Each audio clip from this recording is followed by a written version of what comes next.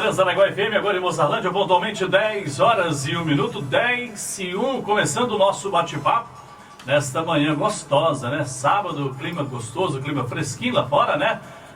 Hoje é dia 19 de outubro de 2019 e hoje, né? Quero até estar comunicando aos nossos ouvintes que depois de quase um ano de tentativa, eu consegui trazer aqui para fazer um bate-papo com a gente. Ele que é jornalista, presidente da Agência Goiana de Imprensa, Associação Goiana de Imprensa, desculpa, e é um dos desbravadores, né? Tanto ele quanto a família dele, um dos desbravadores aqui do município de Mozarlândia, Walterli Guedes. E depois de tanto tentar, né, até a gente precisava da agenda, né? A agenda é muito lotada. E aí, graças a Deus conseguimos. E uma pessoa que eu conhecia por nome, né? E tinha aí uma grande vontade de ter o dia sentar e conversar. E ontem nós pudemos fazer isso aí. Tivemos o happy hour, né? E hoje nós estamos aqui para conversar um pouco. Mozarlândia completa no próximo dia 23, 56 anos de emancipação política. E não poderia ser diferente da gente estar trazendo aqui, na véspera de aniversário de Mozarlândia, uma pessoa que é tão importante para o nosso município. Walterli Guedes, bom dia, prazer recebê-lo aqui na Rádio Transaraguaia FM. Bom dia a todos os ouvintes desta simpática emissora, a Transaraguaia. Bom dia ao Cazuza, bom dia a todos. Eu quero inicialmente, Cazuza, justificar. Você disse que durante um ano tentou. Na realidade, eu venho de um longo período de tratamento de saúde. Eu não pude vir antes por isso, mas o meu desejo era vir, tanto é que é a primeira viagem que eu faço assim ao interior com esse objetivo. Você é o primeiro atendido. É o pioneiro. É o pioneiro, porque eu tive convite, tenho convite de Rio Verde, de Tumbiara, Buriti Alegre, entre outras cidades. E estou aqui para isso, para a gente festejar juntos também os 56 anos de emancipação política de Mozarlândia. É um prazer muito grande estar aqui com você. Tá legal. Para o pessoal que está nos ouvindo agora, que quer conhecer um pouco, né? Quem é Walterli Guedes? Eu sou um retirante nordestino. Você sabe o que é isso? Retirante nordestino. Nordestino. O retirante é aquele que se retira. E se retira por que razão? Por causa da seca nordestina. Eu nasci na região mais seca do Ceará, uma região linda, bucólica, chamada Inhamuns. Nos Inhamuns estão mais de 20 cidades do Ceará, e eu nasci numa delas, a cidade de Tauá. É uma povoação de mais de 200 anos, que vem a povoação da região de Tauá. E eu nasci lá. E meu pai, Chagas Guedes, que foi pioneiro aqui, nós fomos pioneiros aqui, ele tinha um sonho que veio da infância dele, que seria morar num lugar que chovesse muito. Uma coisa muito simples de explicar. Queria morar num lugar que chovesse. Eu me recordo, ainda criança, nós lá na fazendinha nossa de meu pai, onde eu nasci na fazenda Cachoeira. Onde não tem água, tem uma fazenda chamada Cachoeira. E eu me recordo de toda a família se mudando para acompanhar o pequeno rebanho bovino que nós tínhamos, para ir para um lugar onde o gado pudesse comer. Então meu pai tinha esse sonho, nós viemos para Goiás em 1952, região de Buriti Alegre inicialmente, depois região de Anicuns, e em 1955 chegamos a Mozarlândia, que não existia Mozarlândia, era um lugar onde não tinha uma única casa de telha, coberta de telha, só 9 ranchos de pau a pique, coberto por palhas de palmeira, da palmeira piaçava, que é de muito boa qualidade para a cobertura de casas. Então tinha só 9, nós chegamos aqui então em 1955, eu tinha 9 anos de idade. E fiquei aqui até completar 15 anos, quando saí montado num cavalinho castanho, em companhia de um cidadão que foi pioneiro de Mozarlândia, já é falecido, Franklin Camelo da Silva, o Franquinho. meu pai pediu a ele para voltar com o cavalo. Nós fomos 2 a cavalos até Rubiataba, 2 dias e meio de viagem, para eu tomar o ônibus e ir para Goiânia estudar. Em Goiânia já estavam 2 outros irmãos, 2 mais velhos, o João Leite Neto, o nome do nosso avô materno, e o Jová. Já estávamos lá trabalhando e estudando, e eu fui então, depois fomos morar todos lá, estou desde então morando em Goiânia. Então, como o objetivo era estudar, eu estudei, tornei-me advogado, hoje sou procurador, fui procurador da Assembleia Legislativa de Goiás, tenho escritório de advocacia ainda, mas a minha paixão mesmo é o jornalismo, é fazer isso que você, Casuso, faz aqui como um voluntário, porque gosta do que faz. Então, na vida, um dos segredos do sucesso, talvez o principal, é gostar do que faz. Os americanos têm mania de pesquisar tudo. E uma pesquisa feita lá há uns 30 anos detectou o seguinte: os mais bem-sucedidos não são necessariamente os mais inteligentes, nem os mais competentes. São os que mais acreditam no que fazem, que mais gostam do que fazem. Então eu gosto muito do jornalismo, eu tornei-me jornalista aos 18 anos de idade. E eu gosto disso, aprendi com pouca orientação, gosto realmente. Eu nunca frequentei curso de jornalismo, já fui várias vezes ao curso de jornalismo, a vários cursos de jornalismo na Universidade Federal e outras, para fazer palestra, para falar aos estudantes, porque é um assunto realmente de que eu gosto muito. E hoje eu estou aí presidindo a Associação Goiana de Imprensa, é uma entidade de 85 anos, e tenho uma sociedade ainda num escritório de advocacia em Goiânia, um escritório muito bem avaliado, temos lá profissionais de altíssima competência. É meu sócio, por exemplo, um ministro aposentado do Superior Tribunal de Justiça, Sebastião de Oliveira Castro Filho, meu antigo colega de imprensa, ele como radialista, assim como você, ele tinha programa de rádio e estudava Direito. Depois ele foi ser juiz, desembargador e ministro do Superior Tribunal de Justiça, o STJ, e quando estava próximo de aposentar, eu avisei para ele: você vai ser meu sócio. E realmente nós somos sócios já há 12 anos, estou lá nessa atividade. E é assim que quero permanecer, se Deus quiser, por muito tempo ainda. Tá legal. Vamos falar um pouquinho agora da história aqui de Mozarlândia. Quando vocês vieram para cá? Vieram de Rubiataba para cá, como o senhor me disse? A Rubiataba foi uma passagem de 2, 3 meses para nos preparar para vir para cá. Para vir para cá. Porque não tinha... Não tinha rodovia, né? Não tinha ainda rodovia. Nós estávamos esperando fazer a rodovia. Como que foi essa vinda? Vieram quantas pessoas? De que veio? De carro de boi? Vieram a pé? Como que foi isso? Nós viemos num caminhão de um cidadão que morava em Rialma, onde ele era comerciante. Ele tinha comércio e uma cerealista. Ele comprava arroz na região e vendia mercadoria na região. Esse cidadão, um paraibano chamado Otávio Barreto. Então nós viemos no caminhão dele, ficamos em Rubiataba nos preparando para vir para essa região aqui, que era uma região realmente de floresta. As terras não eram ocupadas. Aqui começou através de atividades de agrimensores credenciados pelo Estado, pelo governo de Goiás. E o chefe desses agrimensores, na época, era um cidadão chamado Pedro Leite Silva, um cearense também. O Pedro Leite foi um pioneiro aqui, foi importante para Mozarlândia, não morou aqui, ele morava em Goiânia, mas ele tinha a equipe dele, da qual faziam parte, por exemplo, os irmãos Mozart Andrade Mota e Edgar Andrade Mota, o Benjamin Constante Magalhães e alguns outros que trabalhavam nessa área de medição de terra. Então, o governo de Goiás credenciava essas pessoas que vinham com o objetivo de legalizar as terras de sertanejos que habitavam a região havia já muitos anos. Então, vou te dar aqui um exemplo. Emiliano Gomes de Almeida, que foi o segundo prefeito em ordem cronológica de Mozarlândia, prefeito nomeado. O primeiro foi Laurindo Alecrim de Souza, seu louro, comerciante.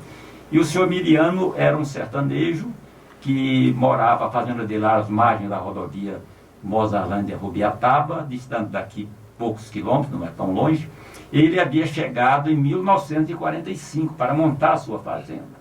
Nós chegamos aqui 10 anos depois, em 55.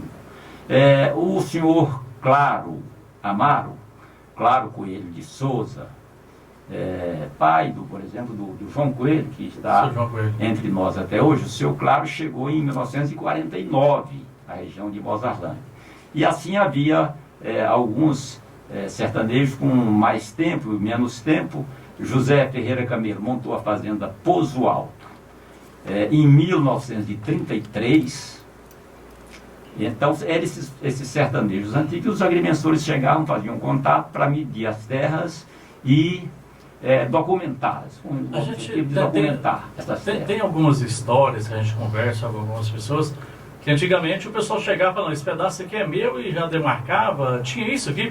As pessoas quando vieram para cá, Walter? Chamava-se, tinha isso, chamava-se... Aqui mesmo em Mozarlândia, essas terras que a gente vê aqui em volta hoje, foram todas, na época, foram feitas assim, não, isso aqui é meu, e o agrimensor vinha e media. Não, aí a pessoa fazia uma posse, né? Isso. E tinha boas áreas aí, ainda que não tinha nem o poceiro. Então, aí era medida e o Estado vendia a preço simbólico, né? Isso. Aqui às margens do Rio Tesoura, ali na altura, por exemplo, do Lago do Avião. O Lago do Avião fica à margem direita do Rio Tesoura, portanto, hoje pertence ao município de Nova Crixá. Mas ali do lado esquerdo eu trabalhei ali aos 14 anos, em plena floresta, auxiliando na medição de terra. Eu fui por aventureirismo de criança, de jovem, adolescente, insisti muito com meu pai, ele não queria deixar ir, com medo de acontecer algo, né? A floresta e tal, com muita fera, muita onça pintada por ali, e não só pintada, de todas as cores. Mas eu quis ir, meu pai deixou, eu paguei um preço por isso, que peguei uma maleta que se manifestou quando eu já estava em Goiânia para estudar. Então, era medindo terra quando não tinha poceiros. Agora, o sertanejo antigo, ele legalizava a sua terra e acontecia algo curioso, que era mais ou menos o seguinte: as terras tinham um preço, embora simbólico, era quase nada, mas alguns desses sertanejos diziam, não, eu quero menos para não pagar mesmo um preço simbólico, terras que hoje valem um bom dinheiro. Então era dessa forma que era feito. E eles ocupavam, esses sertanejos, normalmente não ocupavam as áreas consideradas de cultura fechada. Eles geralmente estavam em regiões de campo, de cerrado ralo, de várzeas, e tem uma explicação para isso. A terra de cultura, de mata grossa, essa terra para trabalhar nela naquela época, que não tinha o trator de esteira, eles não dispunham disso. Era na base da foice e do machado para desmatar, então era muito trabalhoso aquilo. Esse é um aspecto. O outro aspecto é que eram regiões mais com propensão a doenças do que o campo. Então eles faziam as suas posses, geralmente perto das várzeas, daquelas paisagens bonitas dos buritizeiros, e é onde existe o pasto nativo para o seu rebanho. Essas pessoas chegavam à região tangendo o seu rebanho, geralmente de gado curraleiro, de gado comum, gado curraleiro, lá no Nordeste nós chamamos de gado pé duro. Então eles vinham com esses rebanhos e criavam esse gado, vendiam bezerros para pequenos boiadeiros que saíam à região comprando bezerros, e comiam carne de vaca, plantavam pequenas lavouras. Então o sertanejo... Tudo se resumia aqui: plantava as lavouras, o gado aqui... Lavoura de subsistência, né? Isso. Plantavam lavoura de subsistência. Comiam muita carne de sol, de muito boa qualidade, da pastagem natural. Era prazeroso a gente se hospedar numa dessas fazendas e comer aquela carne de sol no meio do arroz, ou assada. Então viviam com uma vida mais ou menos romântica, contemplativa no sertão. Então Mozarlândia foi sendo ocupada dessa forma. E chegaram aqui esses agrimensores, e quando chegamos a Mozarlândia, que foi em 1955, meados do ano, eu tinha 9 anos, Mozarlândia não tinha uma única casa de telha. Eu repito isso com frequência, eram só casas de palha. E esses sertanejos, de um modo geral, não todos, mas de um modo geral, plantavam as pés de mamoneiras, e faziam o azeite de mamona e se iluminavam assim durante a noite. Aquilo que hoje é uma lâmpada como essa que está aqui nos iluminando, era uma candeia de alemão. E lamparina. nós trouxemos, nossa família trouxe um item importante da modernidade, que foi a lamparina, para substituir a candeia. Então foi um avanço ter a lamparina em Mozarlândia. Então, Mozarlândia, Cazuza, realmente era muito isolada. Imagina um lugar que em determinado momento, porque é comum faltar a vacina do sarampo, esses produtos assim, mas faltar cachaça no Brasil é coisa muito rara. E num determinado momento faltou cachaça. Se fosse hoje dava uma revolução. Dava uma revolução. Naquela época deu uma revolução, mas apareceu um cidadão, um comerciante, cujo nome eu não me lembro. Nessa época a gente não se preocupava, vamos anotar o nome desse cara. A gente não pensava numa perspectiva de história. Mas esse cidadão, ele trouxe umas latas daquelas de... Na época era de 20 litros, hoje vamos reduzindo para 18, daqui a pouco é 15. Mas ele trouxe umas latas de álcool e trouxe uma tintura. E ele então misturava esse álcool em uma água e punha aquela tintura para dar uma cor e passou a produzir cachaça. Foi o primeiro fabricante de cachaça. Cuidado, precisa dar a forma da cachaça aí. Então, eu não sei que tintura era aquela, mas então veja você como eram as coisas. Faltava cachaça. O nosso contato com a civilização não era um contato físico, era um contato visual à distância. Quando passava um avião, aquilo era a civilização que estava passando bem longe, voando, porque nós éramos isolados. Nós ficávamos aqui meses, os meses de chuva, sem ver um caminhão em Mozarlândia. Quando vinha a seca, que os rios e ribeirões chamavam val, Rio Tesoura, não tinha ponte, mas os caminhões atravessavam por cima quando o rio dava seco. Aí chegavam os caminhões aqui a Mozarlândia e chegavam soltando foguete, porque era uma festa, chegou a civilização, o caminhão. Então, hoje a gente vê, quando a gente vê essa seca que está tendo agora no Rio Tesouro, a gente vê ele está seco, né? Então isso não é da agora. Não, isso já vem antes da emancipação política do município. A gente completa 57 anos semana que vem, então ele já secava desde de Mozarlândia ser emancipada. Ou seja, há 60 anos atrás, isso que está acontecendo hoje já acontecia. O Rio Tesouras, deixa eu fazer a propaganda do Rio Tesouro. O Rio Tesouro eu considero o rio da minha infância, porque eu não tinha muito tempo, mas algumas vezes brinquei, eu vou te dizer aqui com quem? Com o Ninico, filho do Cocó. O Ninico, nós dois crianças no Rio Tesoura, pegando jacarezinhos e tal. Do Cocó baiano, pessoal. Não, do Cocó goiano mesmo, Cocó dono da fazenda, Clodoaldo Jardim da Veiga, filho adotivo de Totó Caiado, que vem a ser o avô do Ronaldo Caiado, atual governador. Mas aí você diz, o rio secava? Não, o Rio Tesouro, ele dizia, corta. Ele ficava com trechos de poços longos, muito peixe, quantidade imensa de peixe. Era bonito você ver o balé dos peixes. O balé de um cardume de bicudas grandes, bicudas de 2, 3 quilos.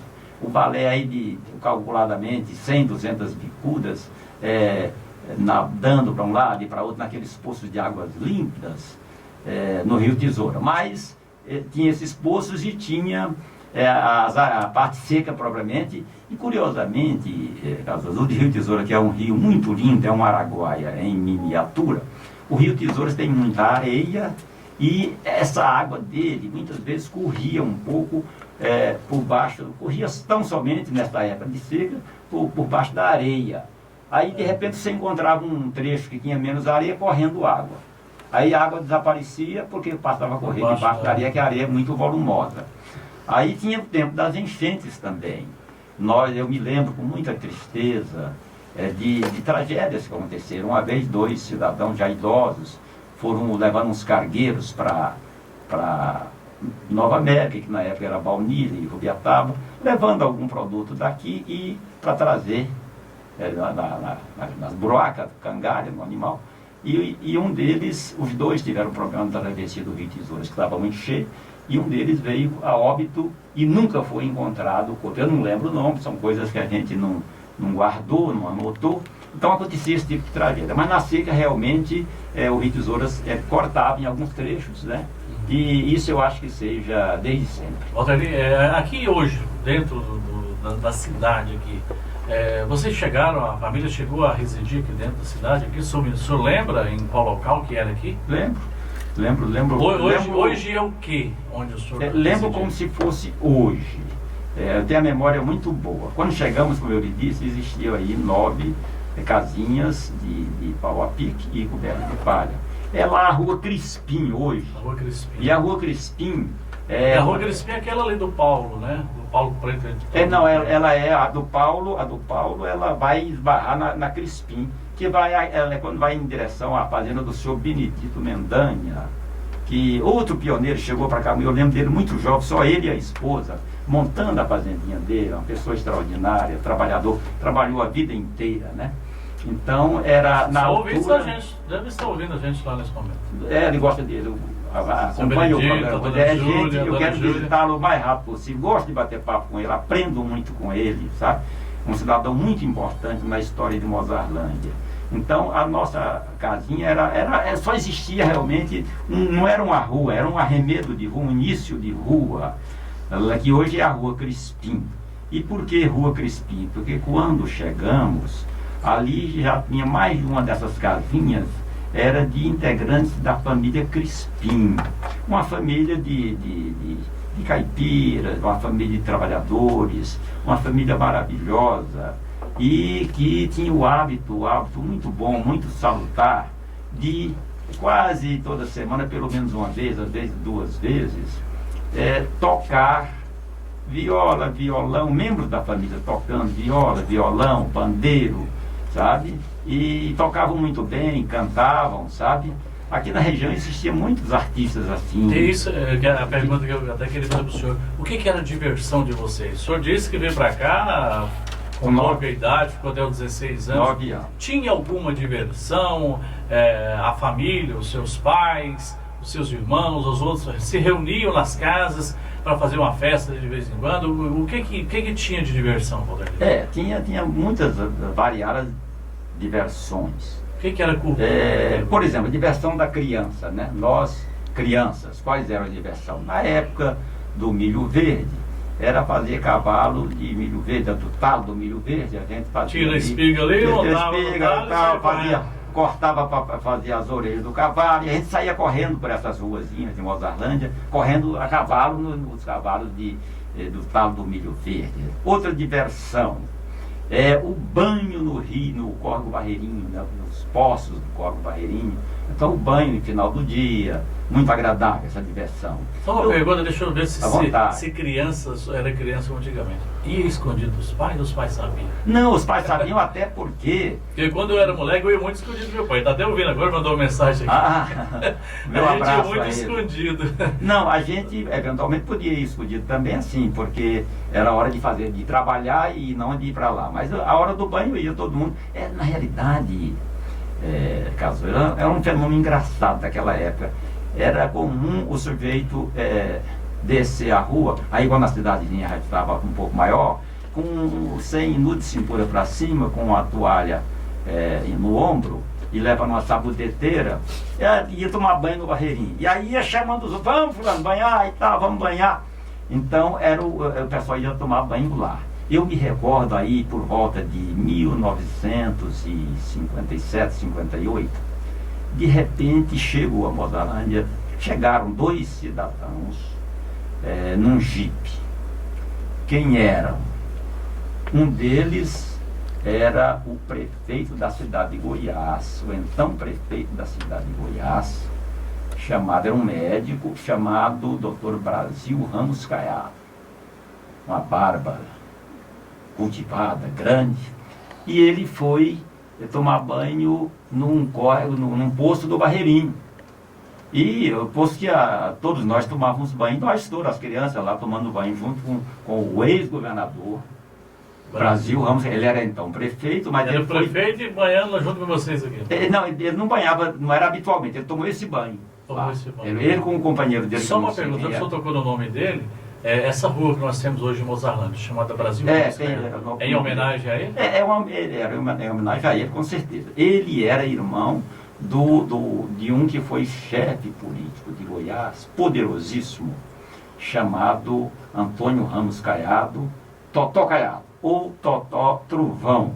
Então nós podemos falar então aqui que um ex-governador de Goiás já tomou banho no Barreirinho. Olha, acredito até que a essa altura mais de um, mas ele com certeza tomou banho junto conosco e ele, eu me recordo dele, vamos dizer assim, se deitando assim no poço e a barba dele imensa, boiando na água do Barreirinho. No vocabulário colocou a barba de molho. Botou a barba de molho e ele dizendo para um companheiro dele, que maravilha isso aqui. Ele diz que em região de muito calor, um banho daquele é repousante, né? O Totó Caiado, irmão dele mais velho e chefe político em Goiás, entre 1909 e 1930, ele perdeu o comando, perdeu a influência a partir da Revolução de 30, ele era o dono, desde havia muito tempo, da fazenda Baixio, que existe na beira do Rio Tesouras, a sede na margem esquerda do Rio Tesouras. Hoje, aquela sede ali está em terra do município de Araguapá, a fazenda Baixio.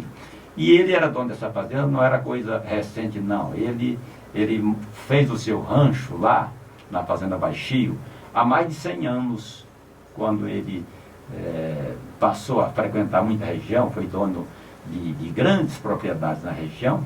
Ele fez essa sede lá, um barraco coberto de palhas de buriti. Como eu lhe disse, a piaçaba é mais adequada, porque dura mais tempo. A palmeira piaçaba, aquela folha ali, ela dura mais tempo do que a palmeira de buriti. Mas como o rancho dele lá na fazenda Baixio foi coberto originalmente com palmeira de buriti, esse rancho existe lá até hoje. A fazenda hoje é do Caiadinho, filho caçula do Totó Caiado, que nesse ano, agora em novembro, o Caiadinho vai completar 89 anos. Então ele é o dono dessa fazenda e ele faz a manutenção do rancho do seu pai, sabe? Ele troca a palha da cobertura do rancho. Frequentemente, de 4 em 4 anos, mais ou menos, porque ela não dura mais tempo. Se ele quisesse que durasse mais, ele usaria a piaçaba, mas com a original ele mantém o rancho como era. Então, é o rancho mais preservado de Goiás. Não tem outro com essa historiadores que estão nos seria importante até para as crianças das escolas, os jovens das escolas, ir lá num dia de ônibus, naturalmente autorizado pelo proprietário, porque o Caiadinho é muito enjoado com as coisas dele lá, mas autorizado por ele, é uma aula de história. Conhecer, porque é uma aula de história.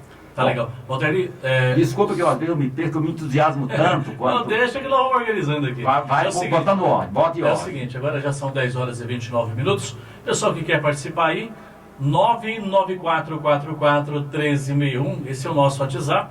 O nosso telefone é o 3348-6566.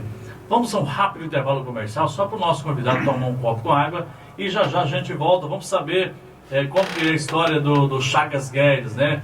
Que deu depois a origem à escola que existe no nosso município hoje, que é pai, né, do Valteri, do nosso convidado, tá bom? Rapidinho a gente volta logo após os nossos comerciais.